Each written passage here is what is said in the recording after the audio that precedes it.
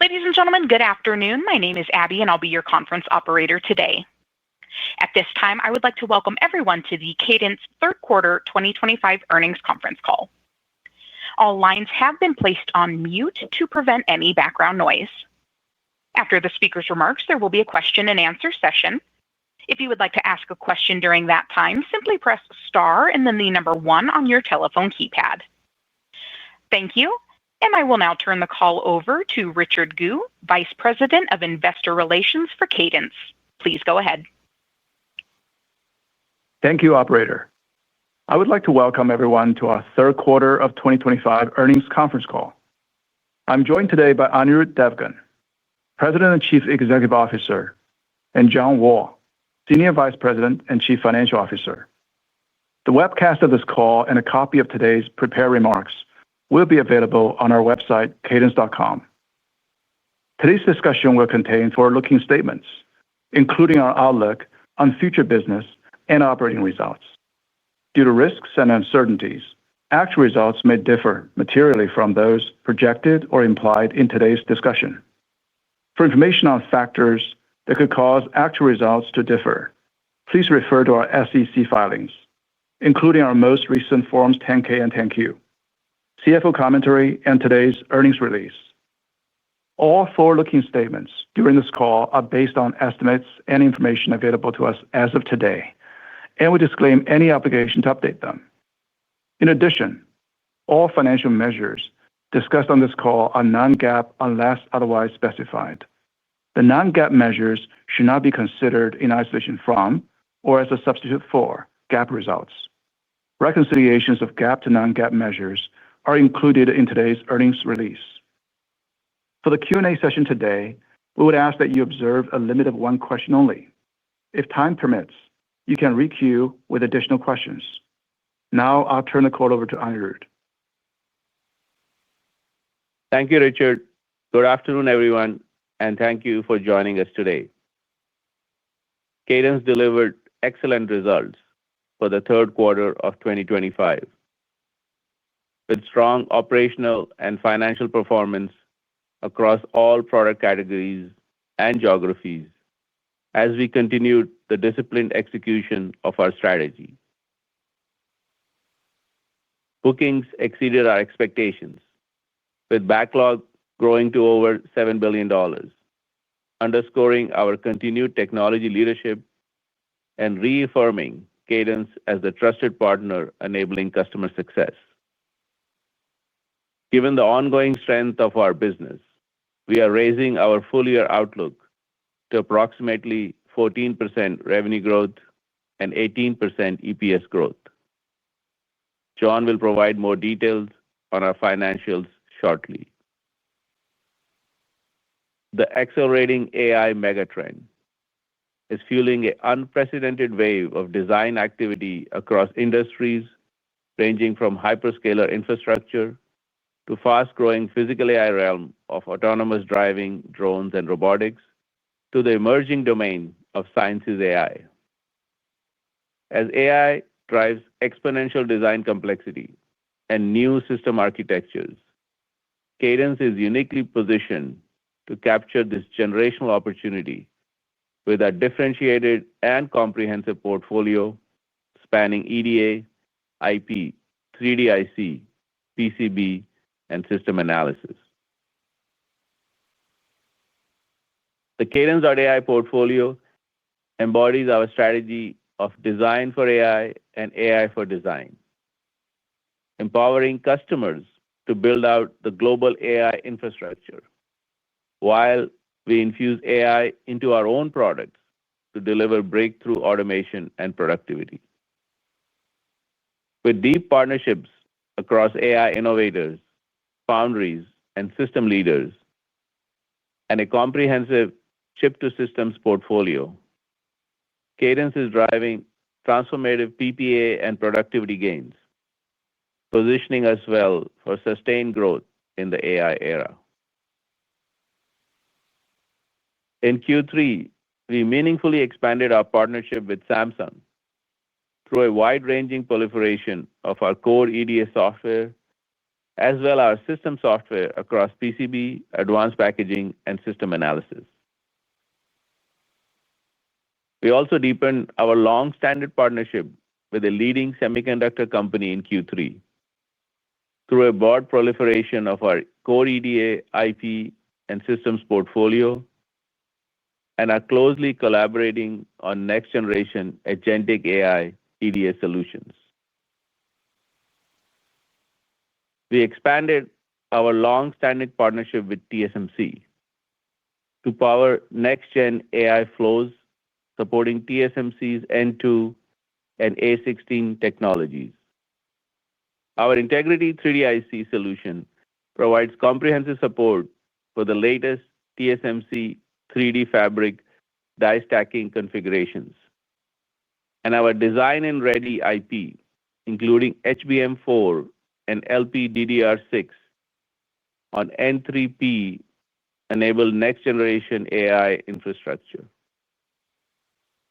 At TSMC's OIP conference, Broadcom highlighted Integrity 3D IC full flow deployment success for hyperscaler high-capacity ASICs. Our IP business maintained strong momentum in Q3, driven by global accelerating IP demand and increasing customer proliferation of our expanding IP portfolio. Our profitable, scalable IP strategy, focused on AI, HPC, and automotive verticals, positions us well for continued growth. Increasing complexity of interconnect protocols driven by AI and chiplet architectures, along with new foundry opportunities, are providing strong tailwinds to our IP business. Bookings were strong and tracked ahead of our expectations. Our design IP portfolio secured several competitive wins at top AI and memory customers. For instance, we won a highly competitive engagement at a marquee memory company that embraced our HBM4 and DDR5 IP for its new AI design. The recently completed acquisition of the ARM Artisan Foundation IP further augments our design IP portfolio with standard cell libraries, memory compilers, and IOs optimized for advanced node at the leading foundries. Our Tensilica audio and vision DSPs and Neo AI Accelerator NPUs scored multiple design wins with leading customers in US and Asia for mobile, automotive, and data center verticals. Our core EDA business delivered strong results, driven by growing adoption of our AI-driven design and verification solutions. In digital, Cadence Cerebrus AI Studio, the industry's first agentic AI, multi-block, multi-user design platform, continues to deliver unparalleled PPA and productivity benefits. Samsung US taped out a SF2 design using Cadence Cerebrus AI Studio to achieve a 4x productivity improvement. In another instance, Samsung used Cadence Certus, Tempus, and Innovus to rapidly close and sign off a multi-billion instance AI design on SF4 with 22% power reduction and first-pass silicon success. Our Virtuoso Studio and Spectre platforms saw strong momentum, with their AI-driven features and workflows gaining rapid traction as the customers leveraged the automated design migration and optimization capabilities. Our hardware verification platforms have become the de facto choice for AI designs, offering industry-leading performance, capacity, and scalability. Hardware had a record Q3 with several significant expansions, especially at AI and HPC customers. We deepened our overall collaboration with OpenAI as they expanded their commitment to our Palladium emulation platform in Q3. Verisium SimAI saw growing adoption as it delivered dramatic debug productivity, test bench efficiency, and accelerated coverage closure. NVIDIA, Samsung, and Qualcomm all presented SimAI success stories at Cadence Live India, highlighting 5x to 10x improvement in verification throughput. Our system design and analysis business achieved another solid quarter, driven by expanding set of innovative solutions and growing adoption across a broadening customer base. In Q3, we significantly expanded our Cadence Reality Digital Twin Platform library with NVIDIA DGX SuperPod model and DGX GB200 systems to accelerate AI data center deployment and operations. 3 major memory providers significantly increased their clarity and security usage as they transition to a full Cadence flow for advanced IC packaging, displacing competitive solutions. Beta CAE continued its momentum with multiple competitive displacements, underscoring its accuracy and performance advantages, including a significant competitive win at a large Tier 1 automotive company in China. In Q3, Infineon Technologies standardized its PCB design workflow on the Cadence AI-driven Allegro X platform for their future designs. Last month, we signed a definitive agreement to acquire Hexagon's D&E business, including its MSC software business, to bring industry-leading structural analysis and multi-body dynamics technologies to Cadence.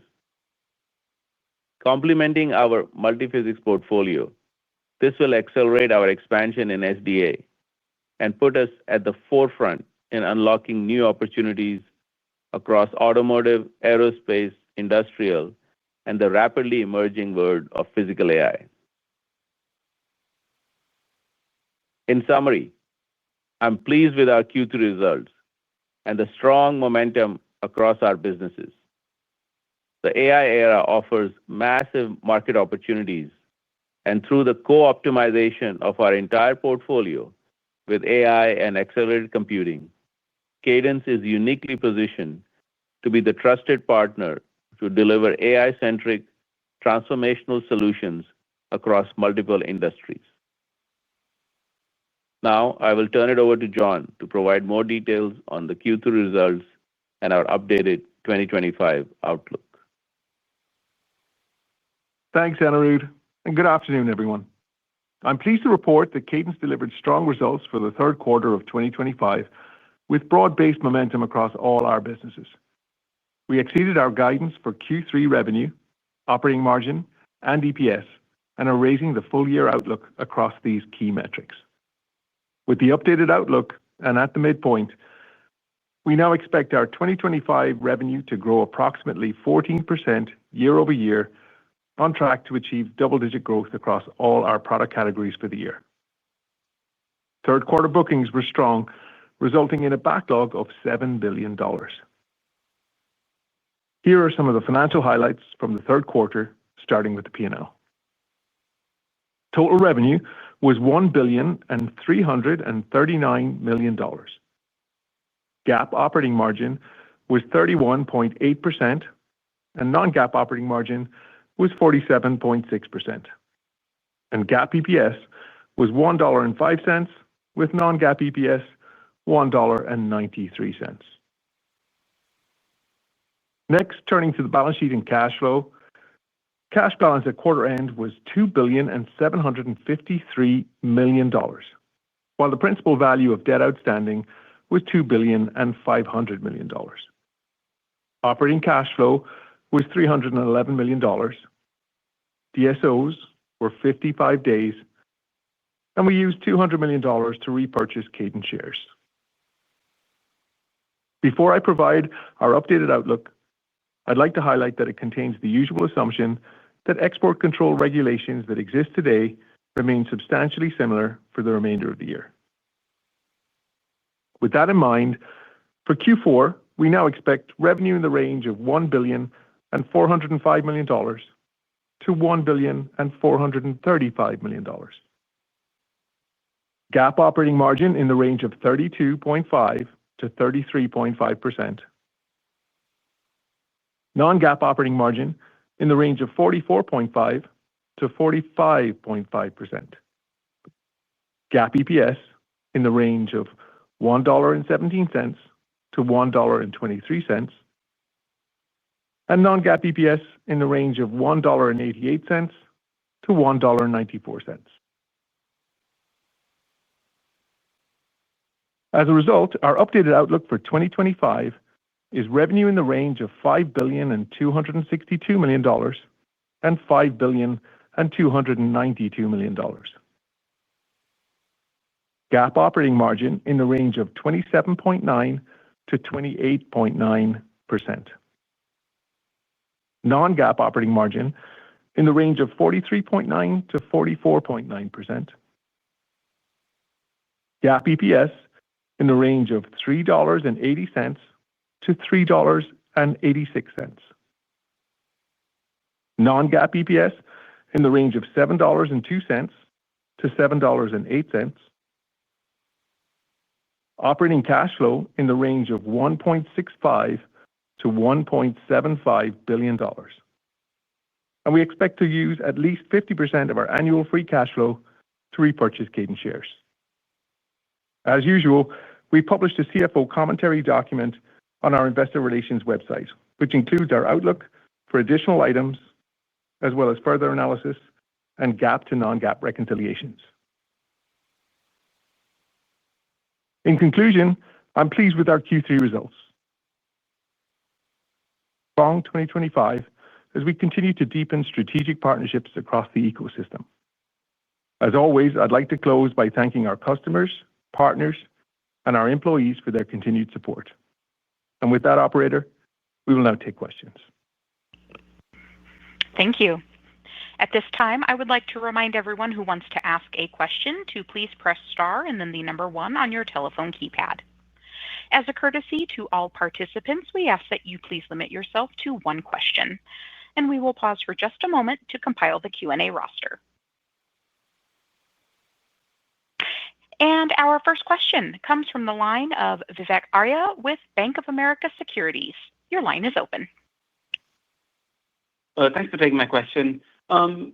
Your IP business is now, I think, tracking to over 20% growth for the second year. I was just hoping you would give us some sense for what's driving this growth, because your competitor expressed a lot of concerns about their IP business, whether it is in China or at Intel or just IP visibility in general. And I think they were talking about a new business model. So how do we square that with the growth you are seeing? How sustainable is this growth, and what is your visibility in your IP business?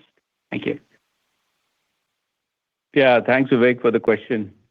Yeah, I'm actually quite pleased with the performance of our IP business.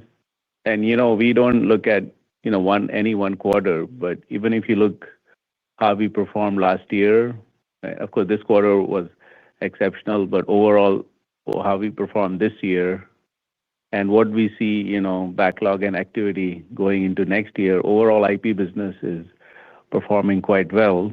And there are multiple reasons for it. First, our IP business is different. I think it's much more profitable, even though the profitability is less than our EDA business, but I think is more profitable than general IP business because we also have Tensilica, which is almost like software-like profitability. But a lot of the growth is coming in, design IP. And the reason for that is, our IP business is focused on on AI and HPC at the most advanced nodes. Since we got started later in the IP business, we focused it where the future is going, which is AI, HPC, and chiplet-based architecture. So a lot of the, like SerDes and PCIe and HBM4 IPs. And that part of the market is doing well, actually, across the world.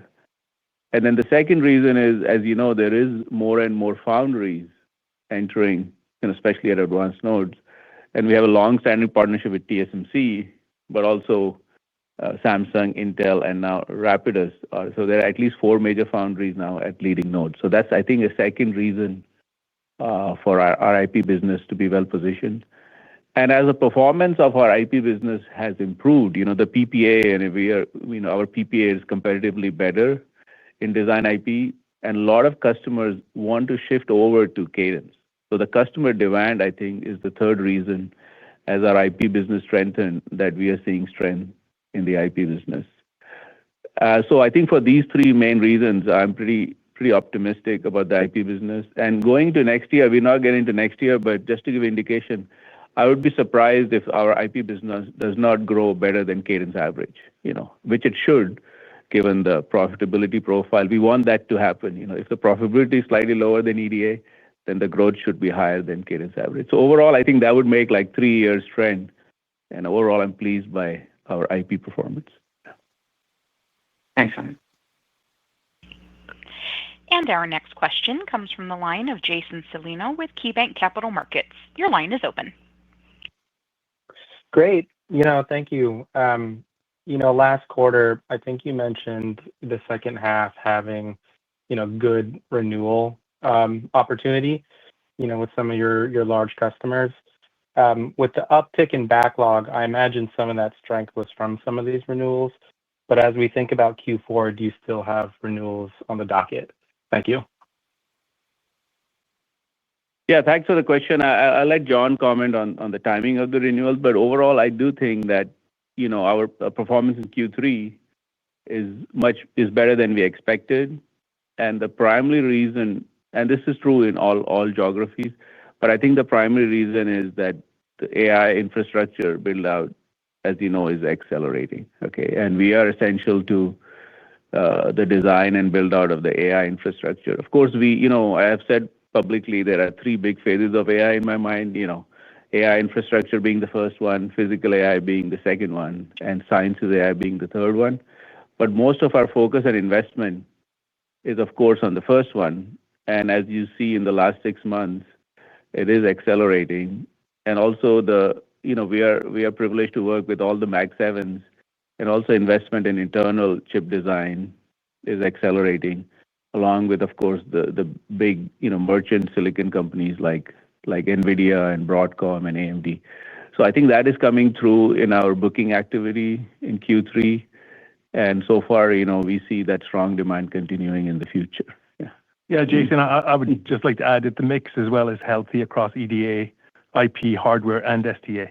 And the core EDA and IP backlog is weighted towards multi-year recurring arrangements, and that supports durable double-digit growth. Awesome. Thank you. And our next question comes from the line of Joe Vruwink with Baird. Your line is open. Hi, great. Thank you very much. I guess I'm struck by the number of times the word acceleration has already been used on the call so far. And I guess the third quarter bookings much stronger than we were expecting, and it would support a future acceleration. I know it's atypical to kind of get 2026 comments, but Anirudh already did for the IP business. I'm just wondering if you can maybe start to frame expectations for next year based on what you have in hand. And it certainly seems like things are setting up well. Do you have the type of visibility at this point to maybe comment on it? Yeah, I think what I would like to say is that, we always look at our business in terms of how well our products are doing. Okay. And we report like 5 lines of businesses, as you know. And I would say at this point, all 5 lines of business are performing very well. And you can see that in this year, I think we will grow double digits in all 5 lines of business. And also, we are performing well in all geographies. So in terms of products and geographies, which is our main focus, are we aligned with the leading companies? Are we trusted partner of the market shaping companies? So if you look at products, geographies, and customer alignment, I think we are well positioned. Of course, as you know, as we enter a new year, we are always prudent in our outlook, and we will give you an update about next year, when we come to January, February timeframe. But I think Cadence is very well positioned, better positioned than it has been, I think, compared to last several years. And then we look forward to working with our customers in the future. Yeah, Joe, we won't guide FY26 today, but exiting FY25 with probably record backlog and broad-based momentum from deepening strategic and trusted partnerships across the ecosystem positions us well for next year. You can expect our framework will remain disciplined. We typically aim for double-digit top-line ambition, continued operating leverage, and balanced capital allocation. And that's all underpinned by secular AI demand across chip-to-systems. Thank you. And our next question comes from the line of Lee Simpson with Morgan Stanley. Your line is open. Great. Thanks for fitting me in, and congratulations on another great quarter. I just wanted to ask around about China, really. It looks as though you're up about 53% year on year, doing well in the mix, up to 18%. That feels more than just a sort of return of business, post the restrictions on the BIS letter last quarter. It feels as though there's genuine momentum there. So I wonder if you can talk me through, what is driving this? Is it IP? Is it hardware? Is it core EDA? What are the vectors here? Thanks. Thanks for the question, Lee. Yeah, I mean, we saw broad-based strength, and China design activity remains very strong. The region returned to business as usual for us in the second half. That with the lifting of the export regulations that changed for EDA in early July. But Q3 really was only slightly better than we expected, and we now expect China to be up year over year for fiscal 25. Anirudh, do you want to add anything to what's happening in China? Yeah, Lee, that's a good question on China. I mean, overall, I would say the behavior in China, from what I can tell, is back to normal. Of course, there was disruption in Q2 for obvious reasons, given the policy in Q2. But the behavior that we are seeing is back to normal in Q3, and a lot of it was driven by us prioritizing hardware deliveries that we could not do in Q2 into Q3. But overall, design activity is strong in China across. I mean, semiconductors are essentials to every country, and China continues to invest in semis. But overall, I would say our strength is broad-based, not particularly tied to any one geography. And there was some, makeup from Q2 to Q3. Now, it's difficult to predict the future, but what I don't see any unusual activity in China. Question maybe is there any, pull-in from future quarters? We don't see that in terms of what we see. And we see overall broad-based trend in other geographies as well. Thanks so much. And our next question comes from the line of Siti Panigrahi with Mizuho. Your line is open. It's great. Congratulations on another strong execution. Anirudh, I want to ask you about on your system design, mainly that simulation analysis, that market. Help us understand your strategy. You made acquisition last year, Beta CAE, and this year again, you've announced MSC Software. Help us understand how you are going to position yourself against your competitor in that market. This is definitely a growing market. I would appreciate any color on that. Yes, Siti, thanks for that question.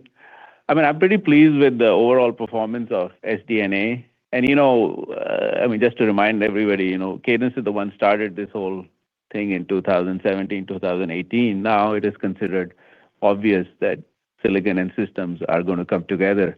I mean, we have been talking about this for a very long time. Now, I think what the acquisition that we did this quarter is more forward-looking in the sense that, like I mentioned, these three horizon technologies, Horizon 1 being infrastructure AI, Horizon 2 being physical AI, Horizon 3 being sciences AI. And, that's how we are focused. Most of our investment in Horizon 1, but of course, like maybe 70-80% is Horizon 1, about 20% Horizon 2, and few percent Horizon 3. But Horizon 2 of cars, drones, and robots can be, very, very big market in the future. And what happens is AI is going to change also for Horizon 2. As you see, there's a lot of reports that, the world is going to move from LLM-based AI to a word model-based AI, in which, robots, it's no longer the text data that trains the robot. It is the physical, movement and all that. And one of the key challenges in training robots or cars is that there is not enough data that is available. When you train a LLM model, basically the data is available on the internet and as well, language data is available.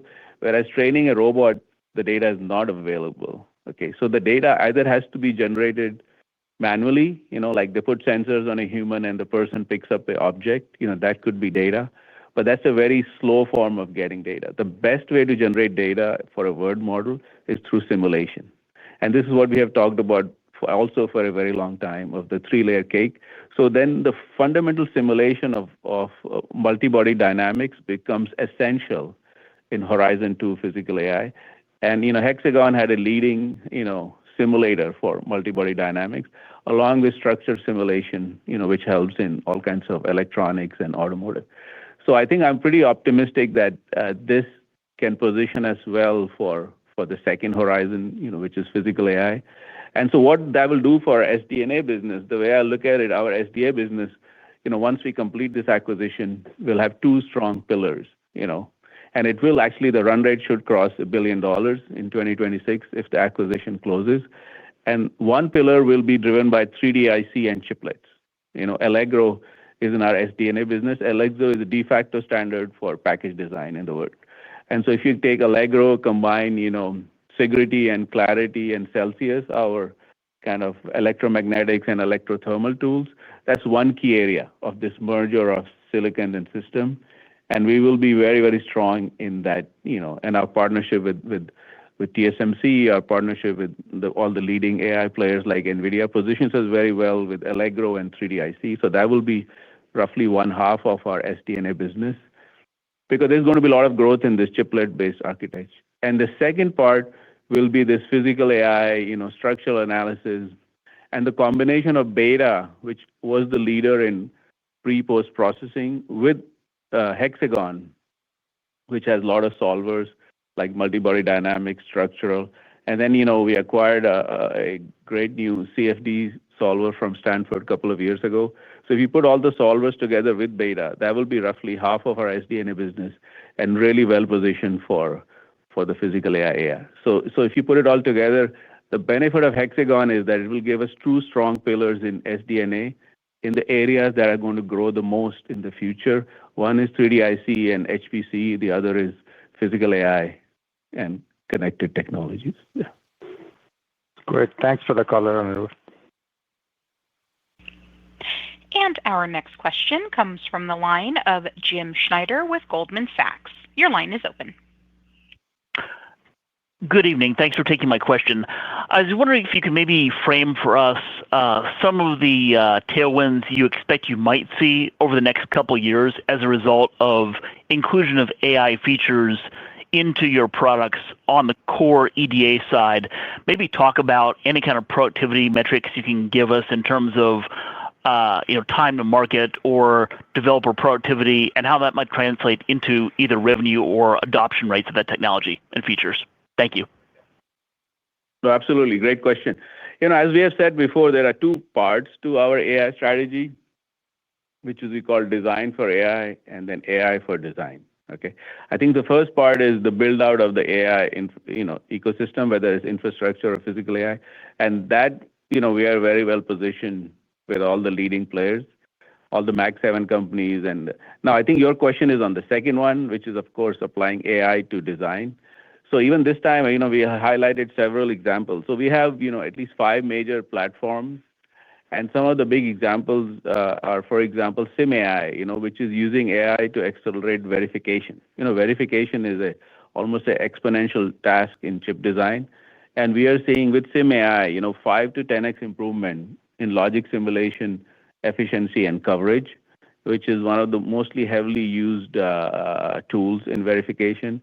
And even in Cadence Live, Samsung and Qualcomm and NVIDIA highlighted this. So these are demonstrated benefits at customer sites being highlighted by the customer themselves. Okay. The other area is in physical design, the back-end physical design with Cerebrus AI Studio. Again, we had Samsung code 4x improvement in productivity and also 22% improvement in PPA. By the way, this is huge numbers because when you go from like 5 to 3 nanometer, 3 nanometer to 2 nanometer, typically a node migration, which the industry is spending like, billions and billions of dollars, will give like 10 to 20% PPA improvement. And if we can get that with better optimization, with better AI, that's a huge value for our customers. So the good news is that I think the adoption of AI tools is almost taken as a de facto. All the big customers are adopting our AI tools. And I've said even before that, the monetization of that takes some time. It always takes 2 contract cycles. And I think we should be able to do that or slightly better. So, but the productivity is huge by applying AI to EDA. And the reason I think it is different in EDA than other things is, first of all, there are multiple reasons. One is, we have done automation for 30 years. The chip design process is highly automated. About 80-90% of it is already automated. So we have a lot of history of automation. And then AI is the next 10x that automation that can happen. I mean, we have probably improved chip design 100x in the last 20 years, and AI can give the next 10x. And the other thing that is different in chip design versus other industries, I believe, is because the workload is exponential. The chips in 5 years from now will be like 5-10 times bigger. The complexity will be 20-30 times more given software and chiplets. So AI productivity is needed just to keep up. So our workload is exponential is very different than a workload is not exponential. So the customers are expecting us to deliver more productivity and are accepting of deploying that in their designs. Thank you.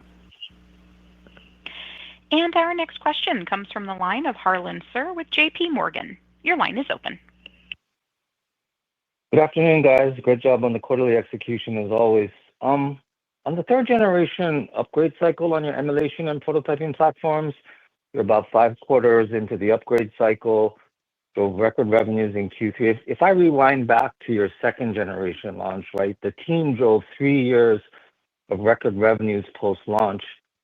You still have the same drivers in place, right? Design, software complexity increasing exponentially, the cadence of new chip program introductions, accelerating addition of new customers like OpenAI, as you mentioned on the call today, and proliferation of all of these challenges into new markets like automotive and software-defined vehicle. Given the lead times for your Protium and Palladium systems, I assume you're already booking into next year. What's the demand curve look like, and do you anticipate continued momentum and growth in 2026 for the hardware platform? Yeah, Harlan, as always, you're always very perceptive in the overall trends in the market. Yes, hardware is doing phenomenally well, and I expect the trend to continue. So will 26 be better than 25? That's what, we would think. Now, how much better, we are always prudent in that because, hardware, you don't have like a full year visibility like we would have in the software business. So when we go into any given year, we only have a 6-month visibility. So we are always prudent in our hardware guide. And then, if the business comes in as expected, just like this year, we can, improve our guide for the rest of the year.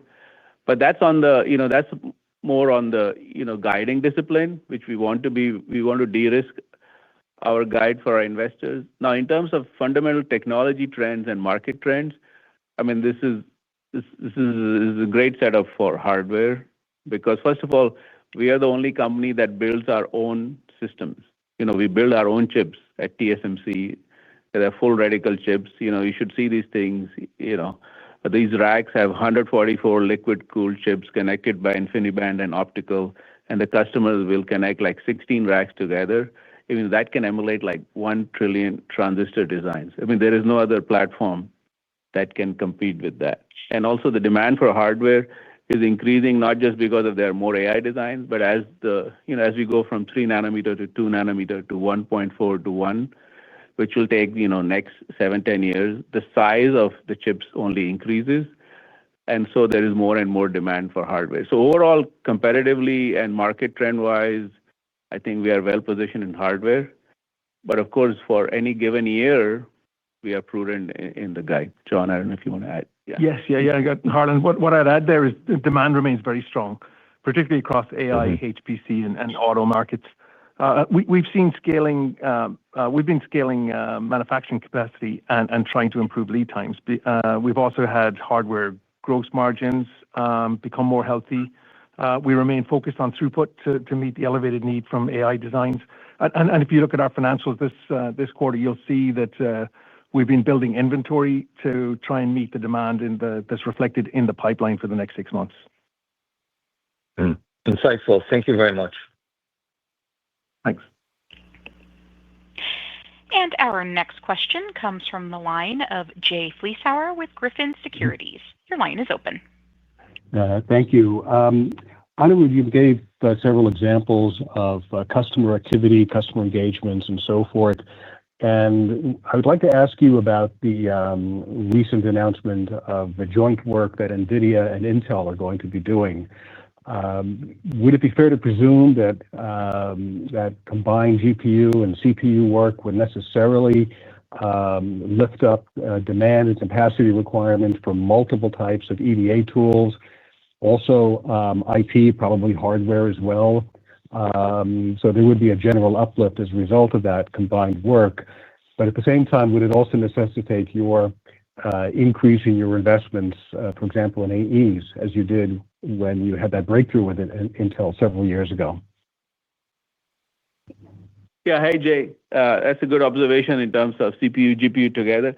By the way, I've said this for almost 15, 20 years, that the CPU, GPUs need to work together because, EDA is a very well-optimized workload. And, it is computational software, mathematical software, which is very similar to AI. And, what happened in the history of EDA is that, of course, there are a lot of SIMD tasks, like which can be done in a GPU kind of machine. But there are also a lot of conditional tasks which need to be done on a CPU kind of machine. So we always wanted both CPU and GPU. And we also wanted CPU and GPU to be close to each other. And actually, to NVIDIA's credit and, Jensen's credit of, Grace Hopper and then Grace Blackwell, I mean, they are one of the first people to track, to kind of watch this trend. And now, if you look at all the major designs from other companies too, there is a combination of CPU and GPU together. And that's the reason for last several years, we are already working on porting our workload to CPU plus GPU. And a perfect example was when we announced Millennium earlier in the year. So we are moving not just, system analysis workload, which are more GPU friendly, but also EDA workload, which are critical for accelerating EDA and 3D-IC to CPU, GPU combination. So what I would like to say is I'm actually very pleased to see that the whole industry now, is going toward this combination of CPU plus GPU, whether you look at Apple's chips or, AMD chips, and of course, NVIDIA, amazing platform. And this partnership with NVIDIA and Intel is good for us in terms of gives us a new kind of x86 plus GPU. And also, we have a long-standing partnership with NVIDIA. And then as Intel does more work with NVIDIA, it's also good for our overall discussions with Intel, which I think are proceeding well. And I think Intel has to invest both, in its ecosystem for foundry and also its own products. And I think Lip-Bu knows that, and it's good to see the investment on both sides. All right, but just to be clear, aside from the porting that you have to do internally for your own tools, you are presuming that in terms of demand, that this customer activity would necessarily increase the consumption of EDA. The customer activity should I mean, I think, first of all, if the EDA tools get better because of CPU, GPU system being optimized, typically the customers will adopt. We are always looking at ways to improve our tools, and this gives another vehicle to improve the performance of our tools. So that's good for all customers. And then I think in this particular partnership, there are specific design activity that needs to be done, without getting into too much details, NVLink-based IP and this. So yeah, we are working with the particular companies on design to make this design happen, just like we would work with any of the leading designs. So yeah, there is a specific customer activity connected to NVIDIA and Intel. And in general, there is customer benefit if our tools are optimized better on this platform. Yeah. Okay. Got it. Thank you, Anirudh. And our next question comes from the line of Gianmarco Conti with Deutsche Bank. Your line is open.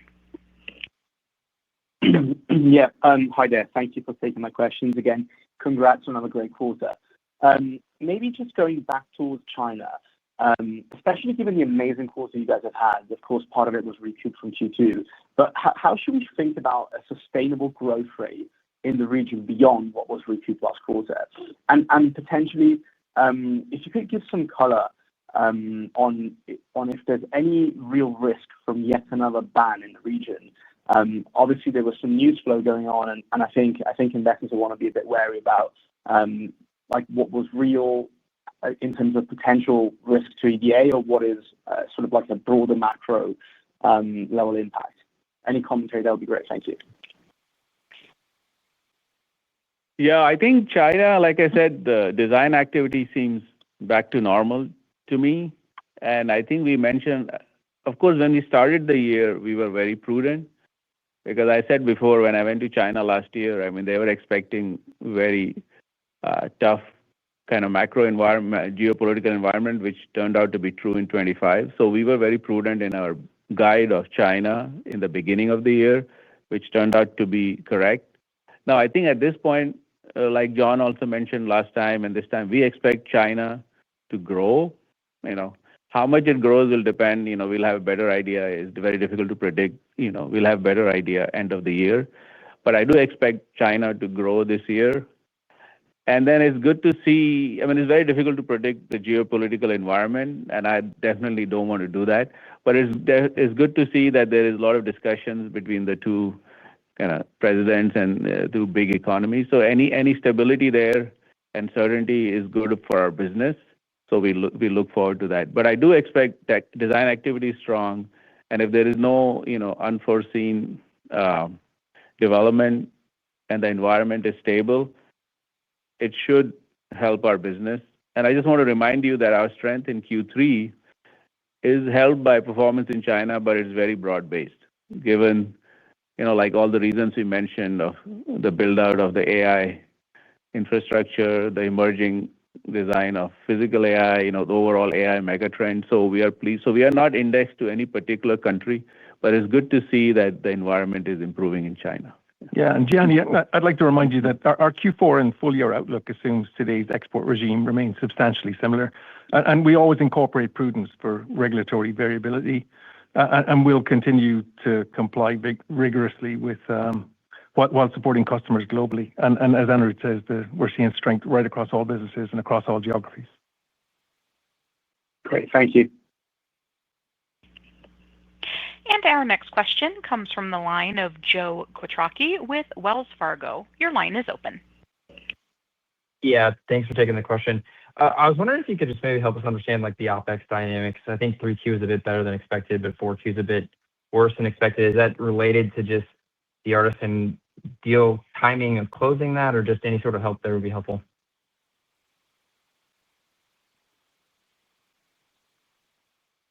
Sure. Yeah. But I mean, it's really just the timing of some hardware delivery shifting between Q3 and Q4. But overall, the year is slightly ahead of what we were expecting. And we're pleased by the broad-based execution, strong demand across all product categories. Core EDA software is performing very well. Hardware continues to be strong. We're continuing to make progress in STA, and we've continued IP momentum and healthy renewals set up for Q4. I guess maybe Our just EPS follow up. the OpEx. Sorry, can you repeat the The question was on the OpEx side, like the OpEx timing. Oh, yes. So on the OpEx side, we did a small restructure that benefited Q3. The hardware gross margins were very healthy in Q3, and then it's offset a little in Q4 by some new expenses we're picking up from new acquisitions. Perfect. Thank you. Thanks. And our next question comes from the line of Charles Shi with Needham. Your line is open. Hey, thanks for taking my question. Anirudh, congrats on the nice results. And John, similarly here. The question, I look at your growth rate for the overall company for the last 3 years. It has been maintaining around that 40%-ish plus minus range. Truly remarkable. Feels like you didn't really skip a bit at all. But when I look under the hood, there are lots of moving parts, right? Like, let's compare last year versus this year. Last year, China was bad. Hardware was kind of decelerating. I think that was largely due to your hardware transition into the Z3, X3. I mean, I'm looking at the upfront revenue as to inform me about your hardware growth. But this year, both things are kind of turned out much more positive. Like your upfront revenue probably going to grow somewhere closer to 50%. China looks like at least it's going to grow above the corporate averages. So wonder when we think about next year, do you think both hardware and China can maintain a current momentum? Maybe especially on hardware, based on the observation of the Z2, X2 cycle, I believe that was somewhere in between 21 and 24. When you go into like a third year-ish, the growth rate in the Z2, X2 cycle, it kind of decelerated a little bit. So my question is this time can be a little bit different in terms of the hardware growth rate going forward? And could any fear from your customers regarding hardware transition to, let's say, Z4, X4 in maybe the next 1 to 2 years causing some of the deceleration of hardware revenue? I know this is a long question, but I think that this is the most important when we think about the Cadence outperformance going into next year. Thank you. Thanks for the question, Charles. We're trying to unpack it. So I think I wouldn't focus too much on any one quarter or even any one half in terms of results. If you recall last year, the shape of the revenue curve was kind of back-end loaded, and Q3 over Q3 comps can be a bit skewed, particularly as well with China, given that we had that temporary restriction in China from May to the early July. But generally, when you're talking about hardware, demand is very, very strong. And we're seeing a secular trend in hardware demand for many years now because the growth and complexity continues unabated. But we're seeing a very strong pipeline for the next 6 months. And we're ramping up on inventory for some large orders that we have to fill in the next couple of quarters. But so we're seeing lots of momentum, and we expect to. I mean, typically, if I go back, I think the last 5-6 years, and it's typical of Cadence, Q4 bookings would exceed Q4 revenue. So we just finished with $7 billion of backlog at the end of Q3, which is a new record for us. Given renewal timing in Q4 and the visibility we have, we'd expect to end 2025 at a fresh high. And with that mix being so healthy across all of the different businesses, I think it bodes well for next year. So maybe a quick follow-up. So, Anirudh, from your perspective, the current hardware Z3, X3, enough to support 1 trillion transistors, but with the AI really like moving really fast, do you foresee like when you probably need to do another hardware refresh? And is there any light you can shed on this? Thank you. Yeah, hi, Charles. Yeah, I'm very confident in a hardware position. We talked about Palladium. We're the only company that designs our own chips, and also Protium with FPGA systems. And that's also doing well with the dynamic DO. Like John said, we do see good demand.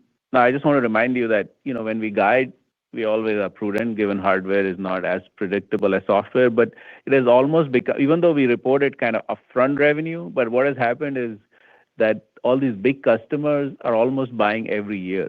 It's not that they're buying, so the buying behavior is different than 4 or 5 years ago because they're doing so much design that all the really big customers, it has always almost become like an annual kind of subscription, even though financially it is reported, of course, as upfront. So now, will the hardware trend continue? I mean, right now, I don't see any reason that it won't.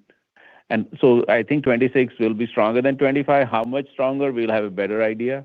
Now, in terms of our next generation, we are always investing in R&D. We have a huge investment in R&D. As you know, 35% of our revenue is invested in R&D.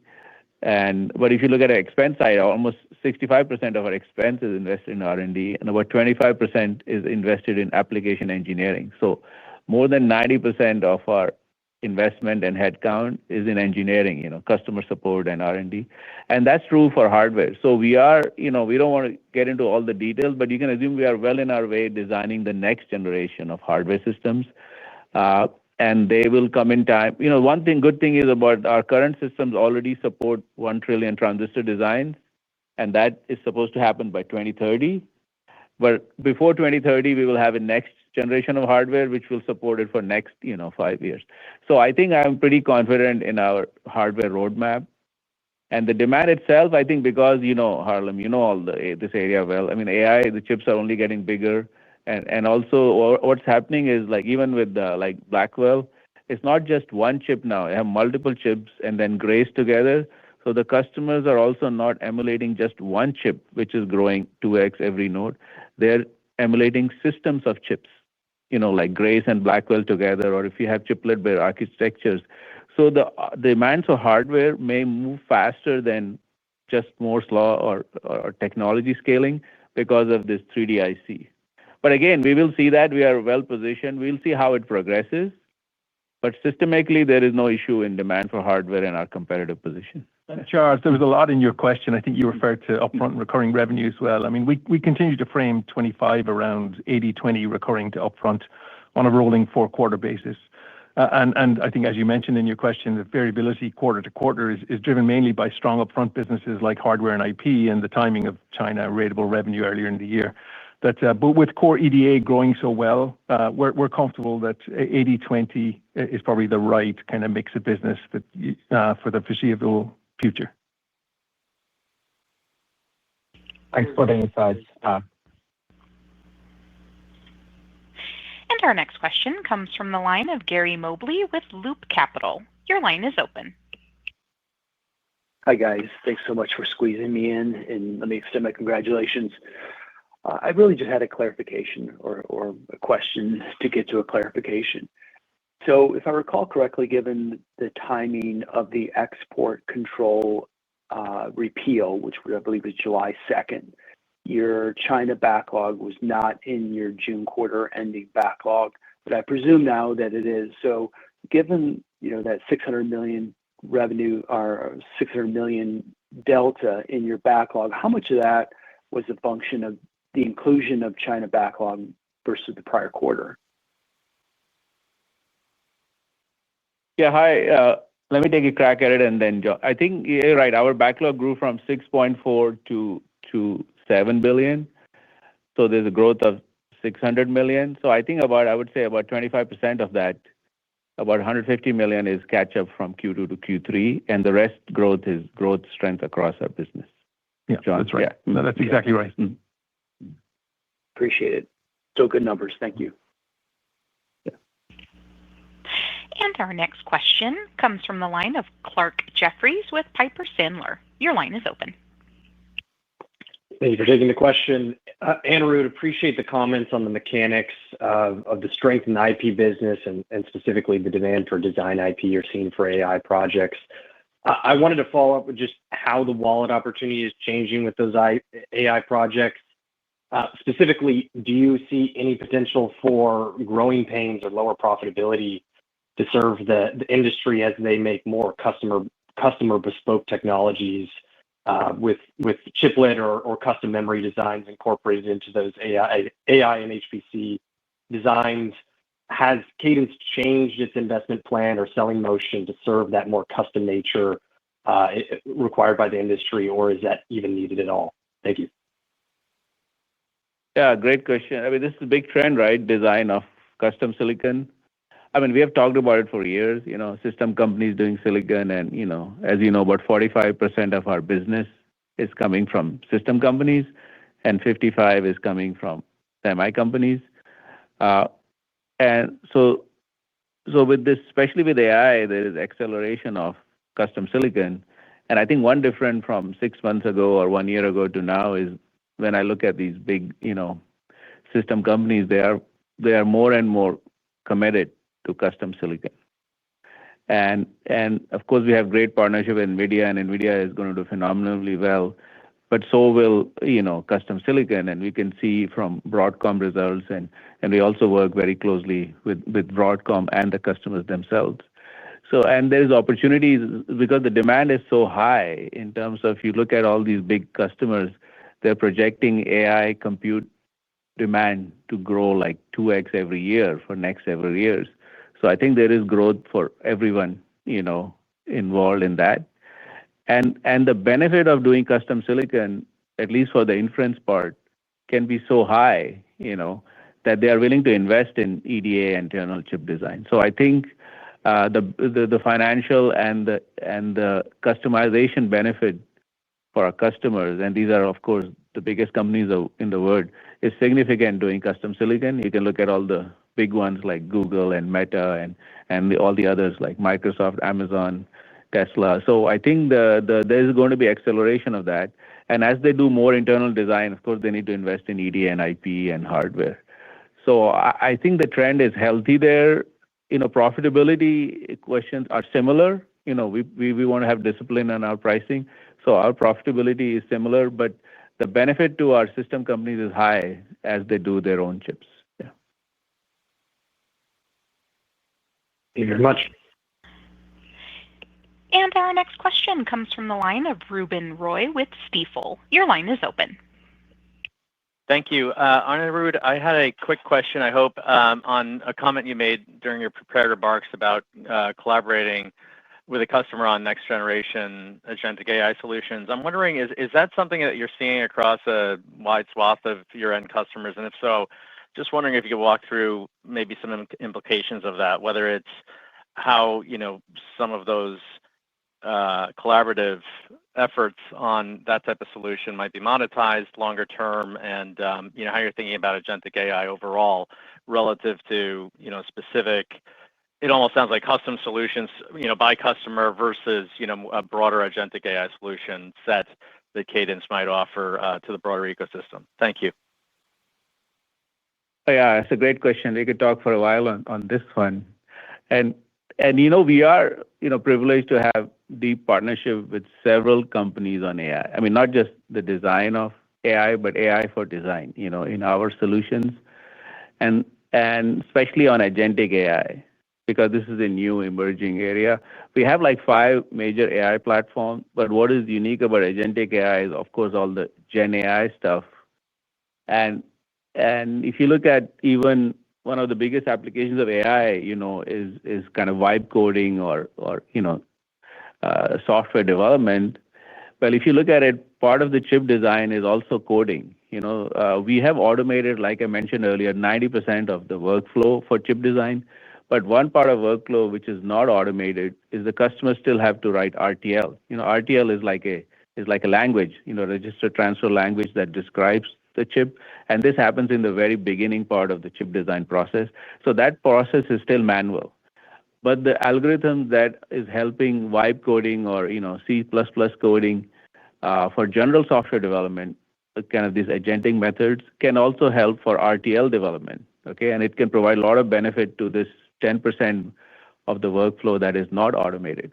So therefore, we have a massive investment in agentic AI, which you will see as we announce more products going forward. And we already have several partnerships in there, and we are highlighting one of them. And the way we are going to market there is, this is longer, is through JEDI. I've talked about JEDI before. So JEDI is Joint Enterprise Data and AI Platform. So it does have some standardized components. The database is standard, all the models are available, AI models, has interface to all our AI tools. So part of JEDI is standard across all customers, and we work with foundries and all to kind of train our models. Now, part of it could be customer specific, okay? And in that case, the data is held at the customer side. And that's where we architected JEDI from the very beginning to be both on-prem and cloud-based. Because sometimes the customers want it cloud-based, but sometimes if they want data to be localized, they want it on-prem. So that's why for years we have invested in this kind of unique platform, JEDI, that allows us not just to build unique solutions like RTL development and verification plan development, but also deploy it either in a general way or more specialized to a particular big customer. But I'm pretty optimistic in how agentic AI can automate, the remaining kind of part that was manual, and again focus our customers to do higher level tasks and remove some of the mundane tasks of RTL coding, verification plan generation, things like that. Yeah. It's very helpful. Thank you, Anirudh. And our final question comes from the line of Joshua Tilton with Wolfe Research. Your line is open. Thank you so much, guys, for sneaking me in here, and congrats on a very strong quarter. Given the time, I'm just going to actually ask a pretty direct clarification question. John, I think it's pretty much for you. In the event that you do see some, impacts in the China region, given the ongoing tariff negotiations this coming quarter, do you feel, or can you help us understand how you kind of handicap the updated guidance for some, if any, potential negativity in the region? Hi, Josh. I mean, that's a great question. I'd love to be able to tell the future. As always, we incorporate prudence for all kinds of regulatory variability, we base our guidance assuming that today's export regime remains substantially similar going forward through the end of 2025. But it's very, very hard to predict what's going to happen. But by all reports that we've heard, that we believe that geopolitical tensions are lower than people expect.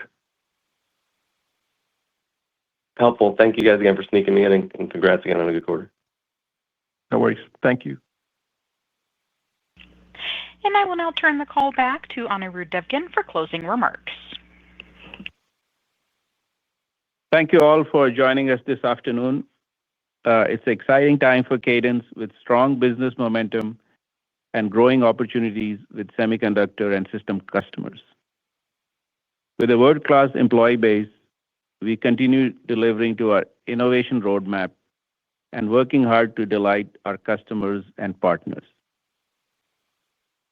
On behalf of our board of directors, we thank our customers, partners, and investors for their continued trust and confidence in Cadence.